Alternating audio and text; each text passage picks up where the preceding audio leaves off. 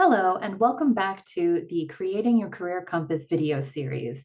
This is video 2 in the series, and today we are going to be reviewing your first compass point, talking about how to create your second compass point, and then we will dive into the activity that will help you refine and define your second point of your compass.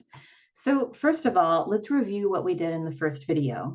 We worked on the skill articulation exercise, in which you not only had the opportunity to name the skills that you were good at, but also to check off the ways in which you're good at those skills. So we had that worksheet that had the checklist on it, and you had the opportunity to kind of go through and mark off all of the sample behaviors that you know that you do that mean that you have that skill. So that is your first compass point.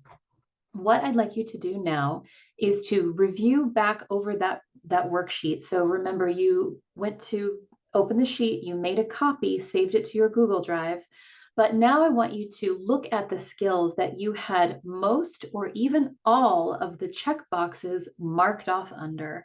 And I want you to select your top 4 skills. So what skills out of all of the 8 NACE competencies, what top 4 were the ones that came through the most strongly for you? And then I want you to put those 4 or have them in your mind as you kind of think about your skills for your first compass point. Those skills are going to come back in handy, and they are going to start refining your compass. So congratulations, you have your first compass point down. Today, for your second compass point, we're moving on from skills and we're moving on to values. Values are extremely important. These are the things that help you make big decisions in your life. So of course they belong on your compass. So values answer the question of what matters to you. And in particular today, we're going to be looking at your work values and your life values. If you can articulate your own views, it's really important for your own compass. Otherwise, if you're using someone else's views, you're using someone else's compass, and whatever decision you make at that point won't be yours. So very important to think about, but these are not small questions. Thinking about what's important to you in your life and in work, and answering big questions like, why are we here and why do we work?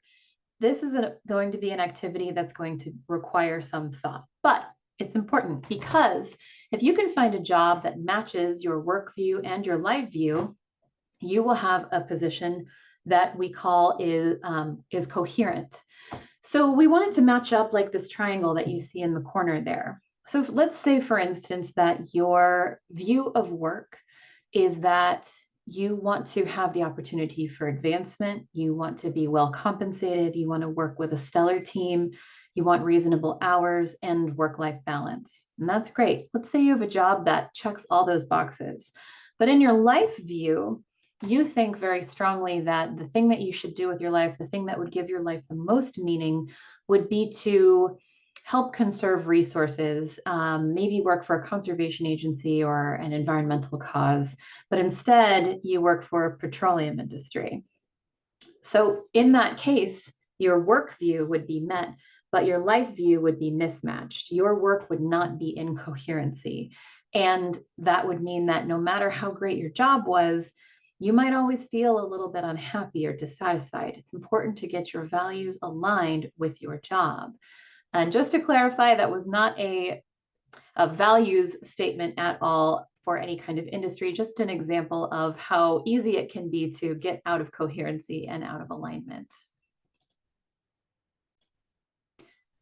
So for today's exercise, which the link will be available again in both the description of the video and in any email that will be sent out if you signed up for this video series as an activity, you are going to see this work-life view worksheet.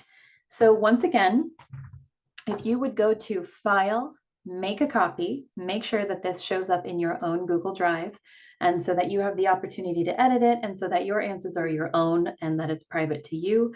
That will allow you to complete this worksheet. What you'll see, this is a 2-page worksheet.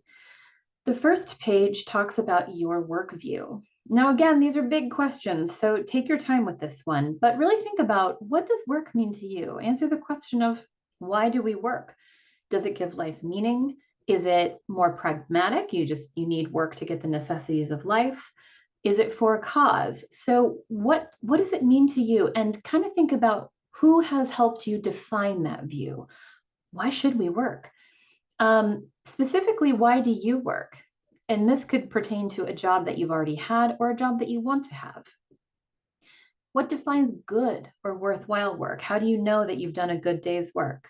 What role does money play in your ideal job? Is it so that you can, get by? Is it for convenience? Is it for status? Is it recognition of a job well done? It's very important for you to take any judgment out of these questions and really tap into what you believe at your core that is the answer to these questions. Moving on page 2, you'll see that there is a life view. A couple of questions now that are sort of similar to the first one. So, what gives life meaning? Why are we here? And this could tap into any kind of values or belief system that you have. There's no right answer. No one's going to see these. But the more time that you can spend with this, the easier it will be to create your compass. So please at least jot a couple of thoughts down. This will really help the final exercise go a lot more smoothly. So, what makes your life worthwhile? How do you determine good or bad? What role does money play in life separate from work? How important are these experiences for you? And then at the very bottom, there's an opportunity for you to reflect on your own coherency in your life right now. So this could, if you don't currently have a job, or if there's a job that you are aiming for, you can think about, just in general, how your work views complement each other. Do they clash? Um, so if you currently have a job, you can do this exercise where you kind of check in with yourself and see if all three are aligned. If you don't currently have a job, just think about how these views may align with the job that you hope to one day have. So take your time with that exercise, have some fun with it. If you feel comfortable, you can certainly discuss this exercise with somebody that you trust, a friend, a family member. Obviously, you're more than welcome to do this just on your own. If you do have any questions, please don't hesitate to reach out to anyone in the Career Services team. And we will see you back for video 3. We will refine that compass point 2 that we're working on right now, and we will look and see what is on video 3, compass point 3, for next time. Thank you so much, and looking forward to seeing you back here in the series.